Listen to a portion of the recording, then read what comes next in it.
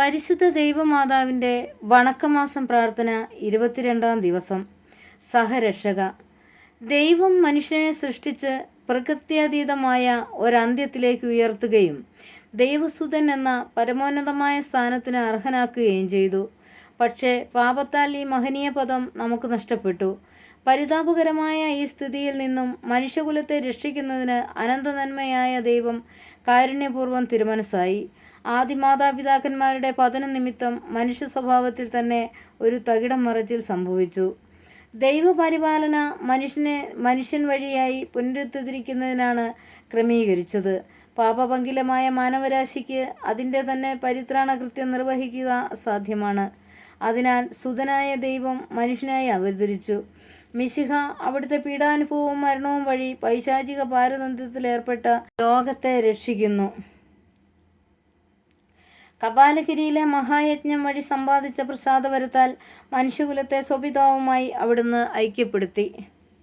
മിശിഹായോടുകൂടി പരിത്രാണകർമ്മത്തിൻ്റെ ഓരോ രംഗത്തിലും ഏറ്റവും കൂടുതൽ സഹകരിച്ചു പ്രവർത്തിച്ച ഒരു വ്യക്തിയെ നാം കാണുന്നുണ്ട്.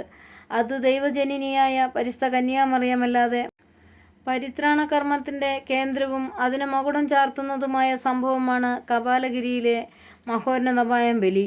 പരിശുദ്ധ കന്യക മിശിഹായ്ക്ക് വിധേയയായി മിശിഹായുടെ കൂടെ അവിടുത്തെ ഹോമബലിയിൽ ഏറ്റവും വലിയ സഹനത്തിലൂടെ സഹകരിച്ച് ലോകപാപത്തിന് പരിഹാരമർപ്പിക്കുകയും മാനവകുലത്തിന് മുഴുവൻ വേണ്ടി പ്രകൃത്യാതീതമായി യോഗ്യത സമ്പാദിക്കുകയും ചെയ്തു. മനുഷ്യകുലത്തിൻ്റെ നാശത്തിന് ആദവും ഹവ്വായും ഉത്തരവാദികളായതുപോലെ അതിൻ്റെ പരിത്രാണകർമ്മത്തിൽ രണ്ടാമത്തെ ആദമായ മിശിഹായും പുതിയ ഹവ്വായായ പരിശുദ്ധ കന്യകയും കാരണഭൂതരായി. സഭാപിതാക്കന്മാരെല്ലാവരും തന്നെ പരിശുദ്ധ കന്യകയെ ഹവ്വയോട് ഉപമിച്ചിരിക്കുന്നത് കേവലം ആലങ്കാരമായിട്ടല്ല. ഈശോയും മേരിയും തമ്മിലുള്ള ഐക്യം അഗാധമാണ്. മിശിഹായുടെ പീഡാനുഭവത്തിൻ്റെ അവസരത്തിൽ മരിയാംബിക കുരിശിൻ ചുവട്ടിൽ സന്നിഹിതയായിരുന്നു.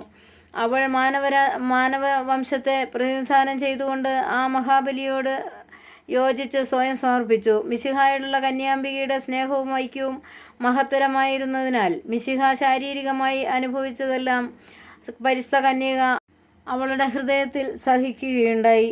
മിശിഹായോട് കൂടി സഹിച്ച മറിയത്തിൻ്റെ സ്നേഹം എത്ര അപാരമാണ്! പരിഹാരമർപ്പിച്ച കൃത്യം എത്ര മഹത്തരമാണ്! അവളുടെ ദൈവമാതൃത്വം വഴി അവൾ സകല സൃഷ്ടികൾക്കും അതീതയായിത്തീർന്നു. എല്ലാ പാപമാലിന്യങ്ങളിൽ നിന്നും നിശേഷം വിമുക്തമായി. സ്വയം യാതൊരു പരിഹാരവും അർപ്പിക്കാനാകാത്തവർക്ക് ഹൃദയത്തിൽ വിധയുടെ തീച്ചൂളയിൽ നമുക്ക് വേണ്ടി പരിശുദ്ധ കന്യക സ്വയം ഹോമിച്ചു. ഒരു വ്യക്തി പരിപൂർണത പ്രാപിക്കുന്നത് മിശിഹായുടെ പരിത്രാണ കൃത്യത്തിൽ എത്രമാത്രം സഹിക്കുന്നുവോ അതിൻ്റെ തോതനുസരിച്ചാണ്. നരകുല പരിത്രാതാവായ മിശിഹ കഴിഞ്ഞാൽ നമ്മുടെ രക്ഷണീയ കർമ്മത്തിൽ ഏറ്റവും കൂടുതൽ സഹകരിച്ചത് ദൈവമാതാവാണെന്ന് നിസ്തർക്കം പറയുവാൻ സാധിക്കും. അതിനാൽ പരിശുദ്ധ കന്യകയെ സഹരക്ഷക എന്ന് അഭിസംബോധന ചെയ്യുന്നതിൽ യാതൊരു തെറ്റുമില്ല. തന്നിമിത്തം എല്ലാ മനുഷ്യരും ഈ മാതാവിനെ ബഹുമാനിക്കുകയും അവിടുത്തെ അപദാനങ്ങൾ കീർത്തിക്കുകയും ചെയ്യുന്നു. രക്ഷണീയ കർമ്മം വസ്തുഗതമായി പൂർണ്ണമാണെങ്കിലും നമ്മുടെ ഓരോരുത്തരുടെയും രക്ഷണീയ കർമ്മത്തിൽ ദിവ്യജനനിക്ക് സുപ്രധാനമായ പങ്ക് വഹിക്കുവാനുണ്ട്. അക്കാര്യം പലരും വിസ്മരിച്ചു കളയുന്നു. മാതാവിനെ അനുകരിച്ച് സഹോദരങ്ങളുടെ രക്ഷാകർമ്മത്തിൽ നമുക്കും സഹകരിക്കാം. അതിൻ്റെ തോതനുസരിച്ച് നാം ക്രൈസ്തവരായിത്തീരും. അല്പപ്രേക്ഷിതത്വത്തിന് വത്തിക്കാൻ സുനഹദോസ് പ്രാധാന്യം നൽകിയിട്ടുണ്ട്. സംഭവം: കേരളത്തിലെ ഒരു ക്രൈസ്തവ ദേവാലയത്തിൻ്റെ മുൻവശത്തുള്ള ചാപ്പലിൽ അമലോത്ഭവ മാതാവിൻ്റെ ഒരു മനോഹരമായ സ്വരൂപമുണ്ട്. ഒരു ദിവസം 2-3 അക്രൈസ്തവർ മദ്യപാനം കഴിഞ്ഞ് അതിലെ വരുമ്പോൾ അവരിലൊരാൾ വളരെ ഹീനമായ വിധത്തിൽ പരിശുദ്ധ കന്യകയുടെ രൂപത്തെ നോക്കി ഇപ്രകാരം പറഞ്ഞു: "ഇവൾ നൃത്തം ചെയ്യാൻ ഒരുങ്ങി നിൽക്കുകയാണ്. തുടങ്ങടി നിന്റെ നൃത്തം." ഇത് പറഞ്ഞ് 5-6 അടി മുന്നോട്ട് വെച്ചപ്പോൾ ഉടനെ തന്നെ അയാൾ സർപ്പദംശനമേറ്റു.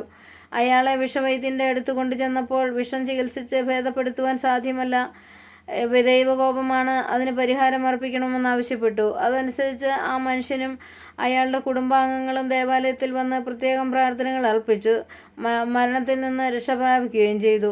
ഇപ്പോൾ അവിടുത്തെ അക്രൈസ്തവർ പോലും മാതാവിനോട് വലിയ ഭക്തിയാണ്. പ്രാർത്ഥന. ദൈവമാതാവേ, അവിടുത്തെ ദിവ്യസുതനോടുകൂടി ഞങ്ങളുടെ രക്ഷാകർമ്മത്തിൽ അവിടുന്ന് നിസ്തുലമായ പങ്ക് വഹിച്ചുവല്ലോ. ഇനിയും ഞങ്ങളുടെ ഓരോരുത്തരുടെയും രക്ഷണീയ കർമ്മത്തിൽ അവിടുന്ന് സഹകരിക്കുന്നുണ്ട്. ദിവ്യനാഥേ, ഞങ്ങൾ എല്ലാവരും സ്വർഗീയ സൗഭാഗ്യത്തിൽ വന്നു ചേരുന്നതുവരെ ഞങ്ങളുടെ നിത്യരക്ഷയ്ക്ക് ആവശ്യമായ എല്ലാ അനുഗ്രഹങ്ങളും ഞങ്ങൾക്ക് നൽകണമേ. അങ്ങേ ദിവ്യസുതൻ്റെ രക്ഷാകര കർമ്മത്തിൽ സഹകരിച്ച് അജ്ഞാനികളെ മാനസാന്തരപ്പെടുത്തുവാനും അകത്തോലിക്കരുടെ പുനരൈക്യത്തിനും ഇടയാകട്ടെ. നാഥേ, അങ്ങാണ് ഞങ്ങളുടെ പ്രത്യാശ, ഞങ്ങളുടെ അഭയവും ശക്തിയും നീ തന്നെ. ഞങ്ങളെ സഹായിക്കണമേ. എത്രയും ദയാളമാതാവേ, നിന്റെ സംഗീതത്തിൽ ഓടി വന്ന് നിന്റെ മധ്യസ്ഥം ഉപേക്ഷിച്ച ഒരുവനെ നീ ഉപേക്ഷിച്ച കേട്ടിട്ടില്ല എന്ന് നീ ഓർക്കണമേ. കന്യകളുടെ അന്യകെ ദയാളമാതാവേ, വിശ്വാസത്തിൽ ധൈര്യപ്പെട്ട് നിന്റെ തൃപാദത്തിൽ ഞാൻ അണയുന്നു. വിലപിച്ച് കണ്ണുനീർ ചിന്തി പാപിയായ ഞാൻ നിന്റെ ദയാധിക്യത്തെ കാർട്ടൂണിൽ നിൽക്കുന്നു. അവതരിച്ച വചനത്തിൽ മാതാവേ, ഞങ്ങളുടെ അപേക്ഷകൾ ഉപേക്ഷിക്കാതെ ദയാപൂർവം കേട്ടറിയണമേ. ആമേൻ. ലുത്തിനിയായും ബാക്കി പ്രാർത്ഥനയും 10-ാം ഭാഗം കാണുക. ജന്മപാപമില്ലാതെ ഉത്ഭവിച്ച ശുദ്ധമറിയമേ, പാപികളുടെ സങ്കേതമേ, ഇതാ നിന്റെ സങ്കേതത്തിൽ ഞങ്ങൾ തേടി വന്നിരിക്കുന്നു.